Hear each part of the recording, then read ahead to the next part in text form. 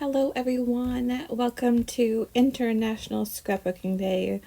I know my video is later in the day, so I hope that you have been enjoying your scrappy day and you've been inspired. I hope that you've been able to create a lot today. I love this day so much. Most of the time I can find at least a little bit of time in my day to create, and hopefully I was able to today as well. But I just wanted to share my video with you. So my challenge for the Paige Evans International Scrapbooking Day event is the branding strips on paper. I love when collections include patterns on the branding strips. It is such a good space. Like, it's not a waste of space at all. You get to get a little snippet of the patterns. And some people I know don't use them. I'm never one to throw them away. I usually just save them, and I've been doing that for a while with the idea of using them somehow and incorporating them into my layout. I just want to apologize ahead of time. I woke up this morning with a sore throat, so if my voice sounds a little different, that is why. So I am challenge number 13 for the Paige Evans International Scrapbooking Day events, and you've had a lot of challenges ahead of me. So I hope that you have found some inspiration, and Paige has been so kind to share cut files with you.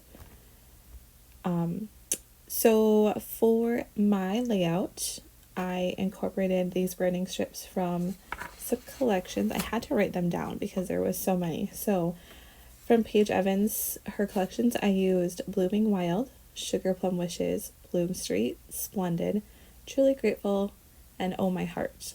That's all of the collections I used for these branding strips. I obviously went with a rainbow theme here, and there was no like rhyme or reason why I picked the ones that I picked other than the colors. I tried to pick some of the branding strips that had a little more white in them, like that one that I laid down just a couple seconds ago with the little hearts. I think that one's from Horizon, maybe? No, I can't remember. Anyways, so I'm just gluing these down. I had started with my ATG gun and then switched to liquid glue because I'm going to do some stitching on top. And if you've ever stitched on paper that you've used like an ATG gun or just a tape runner, it kind of gets gummy on your needle. So I switched to liquid glue, and that will work a lot better. So I'm just kind of varying the how I have them. They're not in a straight line, just varied up and down. I did want to say too, and if you saw in the beginning of the video when I was talking about this event, I had, when I was cutting these, I don't know if you noticed this, but I had a little piece of scrap on my trimmer at I think it was 9 or 10 inches. And I learned this trick from Coley Bing on YouTube. And it's to get your strips or whatever you're cutting at the exact same size. So I wanted them all at 10, I think they were 10 inches. I can't remember, but honestly, in this layout, it didn't really matter because I didn't go straight across, so you wouldn't have been able to tell. But just for future reference, if you are looking for something, a trick to make sure all of your papers are the same size, that's a really neat trick. So I got all of my embroidery floss out, and I am piercing my holes. I'm gonna not go all the way down each strip. I'm actually gonna stop either 3/4 of the way, halfway. I kind of vary. And then I'm gonna make sure not to stitch where my photo is. So I'm just kind of putting that in and out my photo, taking it off when I don't need it and putting it in when I'm going to stitch, or when I'm piercing the holes of where I'm going to stitch.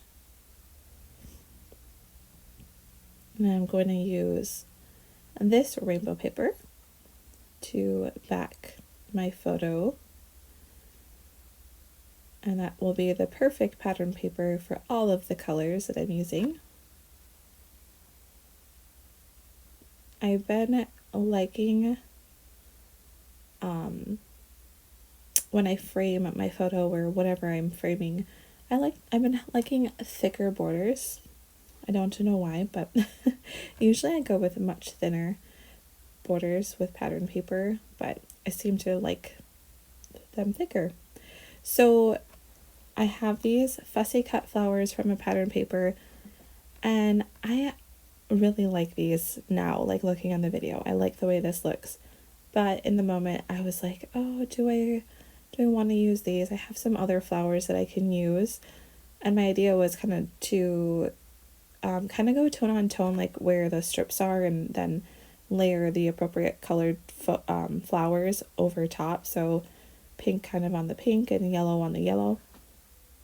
I think it was just that they seemed a little busy, and so I pulled these flowers that have like a white outline, and I think that, yeah, that just works a lot better for me. For my eye, I like a little bit of white to break up the color. So, and then I'm going to work on the title. So it's going to come from those puffy phrase stickers from Paige's Blooming Wild collection. And I'm going to pull in these little tags also from her collection. I think they're called tag ephemeras or something like that, but I'm going to play with the title here, kind of smush it together a little bit so I can try to fit it on one of these tags. Just try to audition them on them to figure out which tag I like best. And I'll eventually just cut out right here. I'm going to cut it off with that little plastic sheet. Then I can kind of get a better look on which one it fits better. And we're going to go with that pink one there. I apologize, the video is going to cut out here and I don't finish showing you the embellishing, but honestly all I did was add those flowers behind my photo, and then I went back into Paige's Blooming Wild collection from those phrase puffy stickers and got some hearts off of there, layered them on the appropriate colors. I did pull in some other hearts from my stash, and that was really all. I didn't do any more embellishing. So I really hope that you have enjoyed this process, and I hope you're having a fun, scrappy day for International Scrapbooking Day. Paige has been so kind to have such a fun event, and you have one more challenge after myself. So I hope you have a great day. Bye-bye.